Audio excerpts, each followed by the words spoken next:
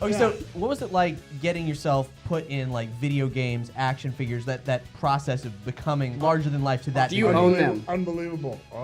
No, the action figures. Well, I have them at home, but no, they're usually more Mattel. But I always loved my action figure because my action figure always had muscles and no gut, and it always looked fantastic. They didn't know how to do that back then. The face looked good too. I mean, I really was proud with every action figure. Even the last one I brought out was with me, Sag, and Jimmy Hart in a 3-pack for the WWE. Oh, that's awesome. And with the megaphone, and they had our sunglasses in there. And so I'll tell you, man, there's nothing like having your own action figure. It really makes you feel great. But that's not the only thing they made. They made games.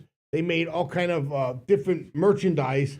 And you look at this, and you're on this stuff, and it's out in the market. It's unbelievable. It makes you really feel proud that you did something in this pro wrestling business, which is so hard to get into because there ain't too many spots to go. It ain't like Major League Baseball. It ain't like NFL where you have 32. It ain't like they have 32 teams or whatever, and such big roster.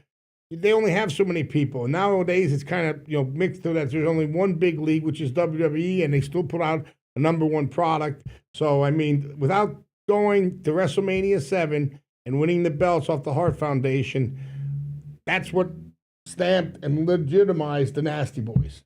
Back in the day, we came out, we had yellow spandex and black tights.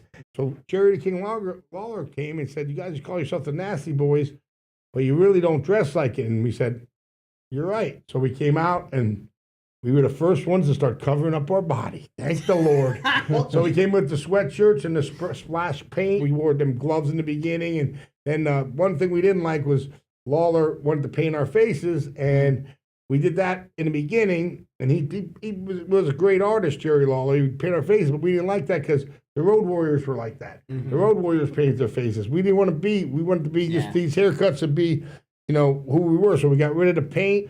And then all of a sudden, boom, it dawned on us, right, we're not wearing we're wearing wrestling gear, we're calling ourselves the Nasty Boys, and we got out of the spandex gold leotards we were in, and thank the Lord, we went to the, covering up our bodies, and, all we had left out was our arms, so when we worked out, our arms looked good. And if they got any smaller, we would just wear long sleeve sweatshirts. You know what I mean? So you guys kind of changed everything with that because you look at just a few years later, everybody started covering up. It was a kind of a change. It was called the cover up, and now a lot of people do it.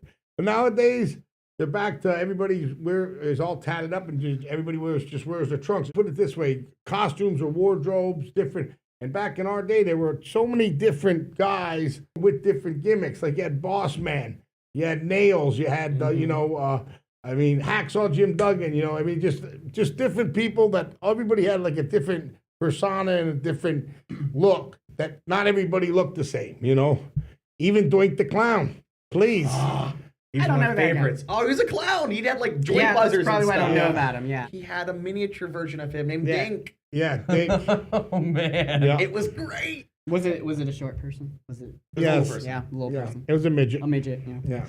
As they preferred to be called. I could call him midget because I did Hulk Hogan Celebrity Championship Wrestling, and then I went from that. I went to Michael Championship Wrestling, which was midget championship wrestling, and they preferred to be called midgets to people I hung around with, like Justice and Meatball and Blix and Demo.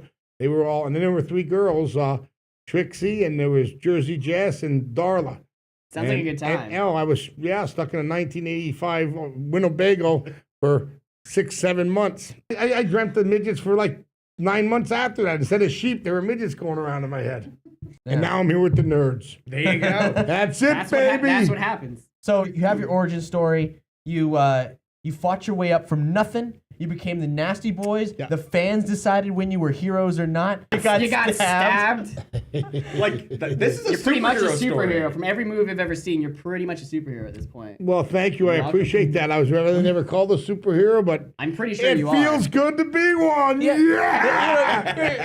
You're Pretty City's coming, baby. Are you serious about that? Are you serious about taking us to Pity City? Yes, Pity Yes, City. he is. I'm taking you to Pity City. We will find a ring close and might even show you a few things. You won't get hurt, I promise. Everyone will have pity on me once that happens. My God. Okay, so if that's a for real thing, that's gonna be a separate video. Yes. We're gonna wrap up this this interview segment.